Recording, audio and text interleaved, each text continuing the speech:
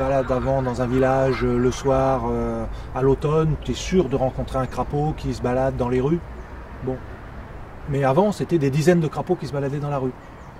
Donc ils sont encore là, mais c'est beaucoup plus discret. Ou des salamandres, voilà. Donc la disparition est vraiment importante, mais elle est difficile à mesurer.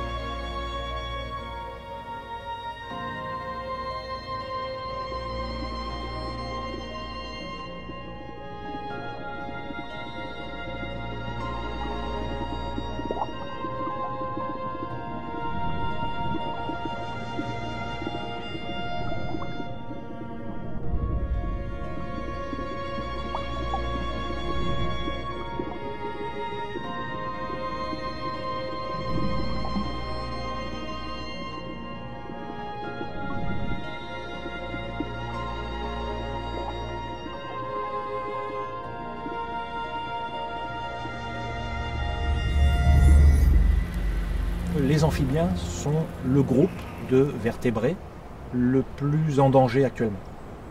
On considère que, pour les espèces connues, plus de 40% sont considérés comme en voie de disparition. C'est plus que les oiseaux, c'est plus que les mammifères, c'est plus que les poissons.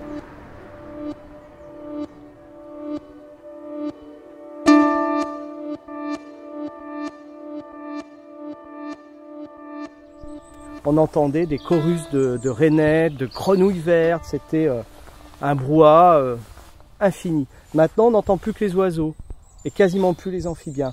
Alors ce soir, on aura peut-être la chance d'entendre 2 ou 3 rainettes chanter, mais c'est plus les chœurs qu'il y avait. Ça, c'est fini. Alors c'était même abrutissant quand on y était.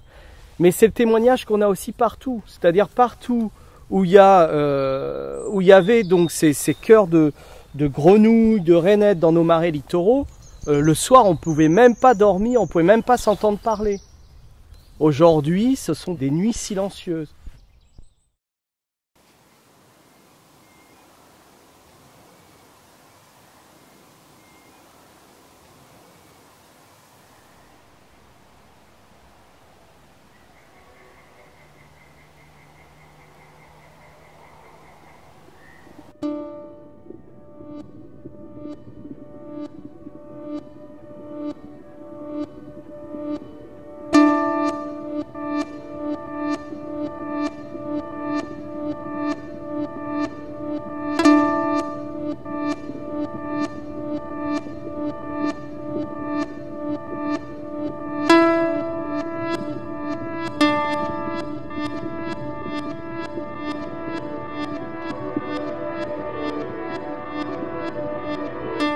Quand l'écrevisse est arrivée, elle a d'abord consommé les herbiers. Donc tous les herbiers ont disparu. Et derrière, elle consomme les invertébrés et tout le reste. Donc aujourd'hui, on a un milieu assez pauvre, quoi. Si on faisait l'inventaire du nombre d'espèces que l'on a, on diviserait par 3 ou 4 ou 5. C'est une catastrophe, quoi. Elles ont été introduites complètement par l'homme pour la nourriture. Et petit à petit, elles se sont, c'était dans des piscicultures, elles se sont donc échappées pour coloniser toutes les mares. Et ça s'est fait rapidement. C'est certain que lorsque l'écrevisse s'installe dans des milieux qui sont déjà fortement perturbés,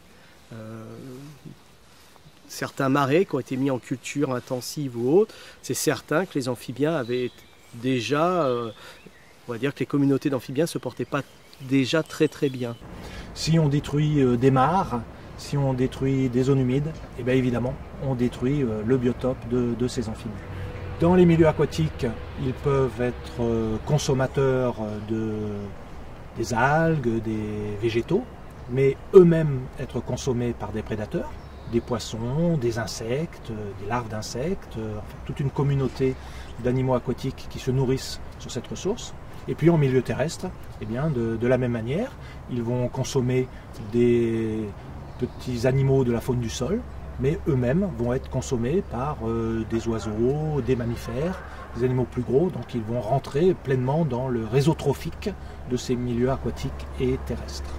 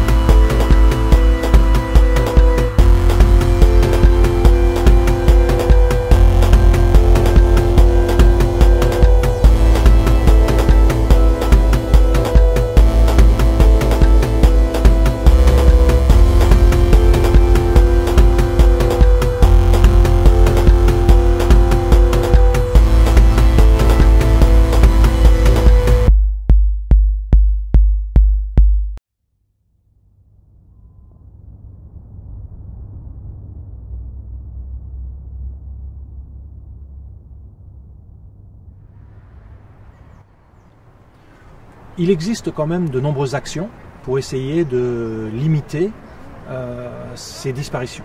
Des zones protégées. On va mettre en place des lois qui permettront d'avoir des parcs nationaux, des réserves.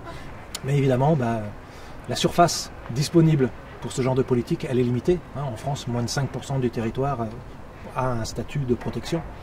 Donc, et les amphibiens, eux, ils sont sur 100% du territoire.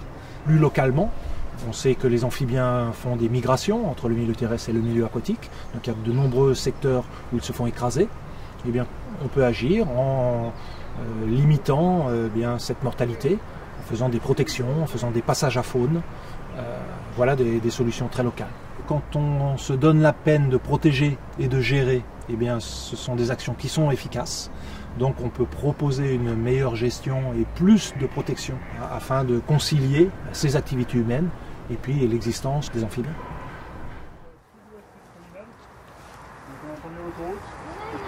Peut-être qu'on aura un train qui passera vous allez tout à l'heure.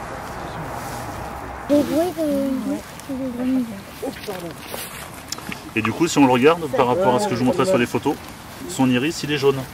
Alors que chez le crapaud commun, son iris c'est orange à rouge. Donc là, si on voyait l'œil, on pourrait savoir que c'est un crapaud calamite. Ça marche de sauter aussi? Et du coup, c'est un crapaud qui marche. Et ça peut pas sauter, non? Non. Oui, il a bien les yeux écartés. Là, on voit des taches rouges. Oui, il y a des petites taches rouges des fois. Ouais. Est-ce que vous vous souvenez le chant de grenouille que je vous ai fait écouter tout à l'heure? Là, celui-ci, c'est un chant de quoi? Ouais, bien joué. C'est la rainette arboricole. Donc toujours se mouiller l'eau, se mouiller les mains.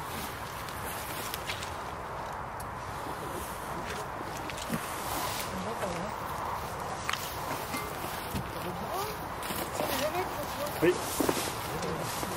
Vous avez vu les petites ventouses?